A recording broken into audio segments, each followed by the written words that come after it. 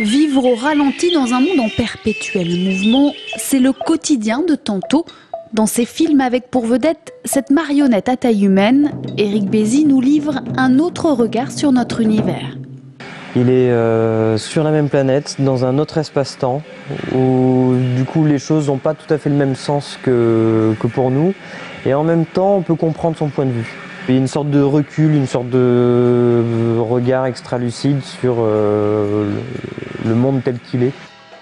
L'expression de visage, je les change que très ponctuellement. Tanto est la première création de ce jeune artiste, un être qu'il façonne au jour le jour. Un travail entre performance artistique et cinéma d'animation.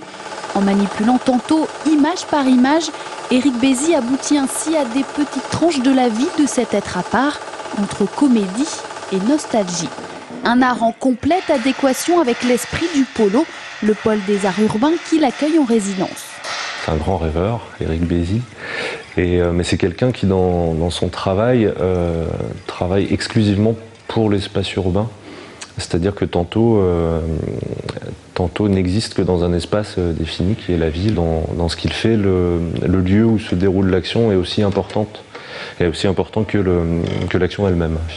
Et Éric Bézy pourrait bien revenir dans la région prochainement pour un nouveau projet où Tanto explorerait le réseau de transport urbain tourangeau.